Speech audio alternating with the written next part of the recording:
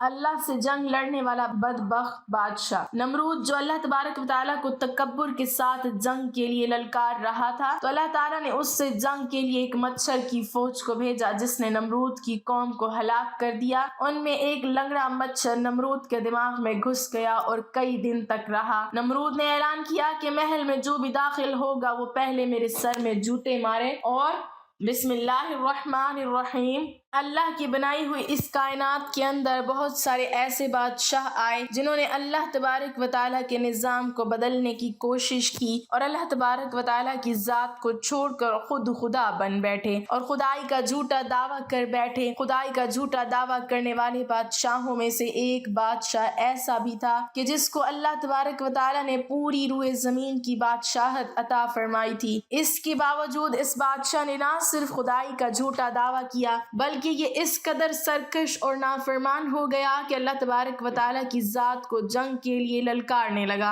اور معاذ اللہ تبارک و تعالیٰ کو جنگ کرنے کے لیے کہنے لگا۔ ناظرین، آج کی اس ویڈیو میں ہم آپ کو بتائیں گے کہ اللہ تبارک و تعالیٰ جنگ کے لیے للکارنے والا بدبخت بادشاہ نمرود کون تھا، اور جب اس بدبخت بادشاہ نے اللہ تبارک و تعالیٰ کو جنگ کے لیے للکارا تو پھر اللہ تبارک و تعالیٰ نے کون سی حقیر مخلوق کے ذریعے اس کے ساتھ جنگ کی اور اس بدبخت بادشاہ کو ہلاک کر دیا اور پوری دنیا کے لیے عبرت کا نشان بنا دیا۔ ناظرین، قرآن پاک کے اس عبرت ناک اور ایمان افروز واقعے کو سننے کے لیے آپ سے ہماری یہ گزارش ہے کہ ہماری اس ویڈیو کو اینڈ تک ضرور دیکھیے گا۔ ناظرین، اس دنیا کی تاریخ میں 4 بادشاہ ایسے گزرے ہیں کہ جن کو اللہ تبارک و تعالیٰ نے پوری روئے زمین کی حکومت عطا فرمائی تھی۔ ان میں سے 2 بادشاہ مسلمان تھے اور 2 کافر۔ مسلمان بادشاہوں میں سے ایک کا نام حضرت ذوالقرنین علیہ السلام ہے اور دوسرے کا نام حضرت سلیمان علیہ السلام ہے کہ جن کو اللہ تبارک و تعالیٰ نے منصب نبوت پر فائز فرمایا تھا۔ اور کافر بادشاہوں میں سے ایک کا نام نمرود اور دوسرے کا نام بخت نصر تھا۔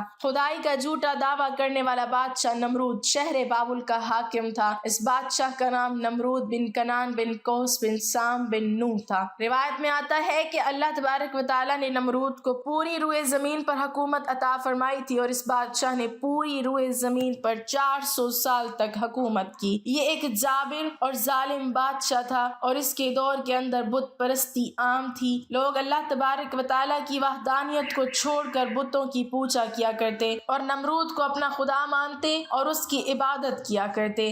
اس نمرودی دور کے اندر بت پرستی اس قدر عام تھی کہ تمام نمرودیوں نے اپنے خداؤں کے طور پر بہت سارے بت بنائے ہوئے تھے جن کی وہ لوگ پوجا کیا کرتے تھے۔ اس کے ساتھ ساتھ نمرود خود کو بھی خدا کہلواتا اور لوگوں کو اپنی پوجا کرنے کا حکم دیتا۔ اس قوم کی ہدایت کے لیے اللہ تبارک و تعالیٰ نے اپنے پیارے پیغمبر حضرت ابراہیم علیہ السلام کو مبعوث فرمایا۔ کفر و شرک اور بت پرستی کے اس دور کے اندر حضرت ابراہیم علیہ السلام وہ واحد شخص تھے جو اللہ تبارک و تعالیٰ کی وحدانیت پر ایمان رکھتے تھے اور بتوں کی بجائے اللہ تبارک و تعالیٰ کی عبادت کیا کرتے تھے۔ حضرت ابراہیم علیہ السلام نے جب اس قوم کو اللہ تبارک و تعالیٰ کی ذات کو چھوڑ کر بتوں کی پوجا کرتے ہوئے دیکھا تو حضرت ابراہیم علیہ السلام نے اس قوم کو ہدایت کی طرف بلایا اور بتوں کی پوجا کرنے کی بجائے اللہ تبارک و تعالیٰ کی عبادت کرنے کا حکم دیا۔ حضرت ابراہیم علیہ السلام نے اپنی قوم سے فرمایا کہ اللہ تبارک و تعالیٰ کی ذات ایک ہے اور ہمیں اسی کی عبادت کرنی چاہیے، لیکن یہ نمرودی قوم اپنے کفر و شرک سے باز نہ آئی